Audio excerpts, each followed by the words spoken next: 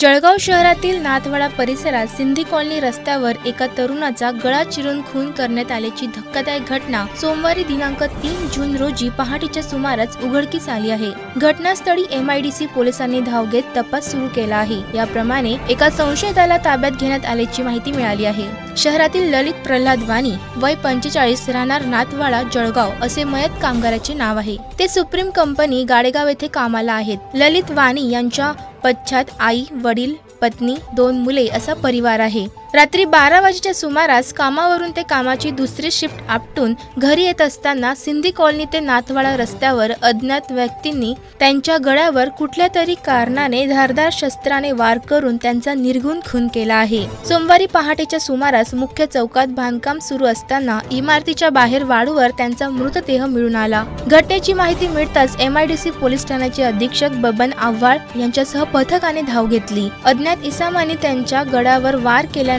त्यांचा मृत्यू झाला आहे। दरम्यान उपविभागीय पोलीस अधिकारी संदीप गावित हे घटनास्थळी पोहोचले असून फॉरेन्सिक टीम नमुने घेत आहे। मयताची बॅग रस्त्याच्या कडेला मिळून आली आहे। MIDC पोलीस स्टेशनला गुन्हा दाखल करण्याची प्रक्रिया सुरू आहे। दरम्यान कंजरवाडा येथून एका संशयित इसामाला पोलिसांनी ताब्यात घेतल्याची माहिती मिळत आहे। क्राईम FIR साठी वसीम शेख यांचा रिपोर्ट, जळगाव।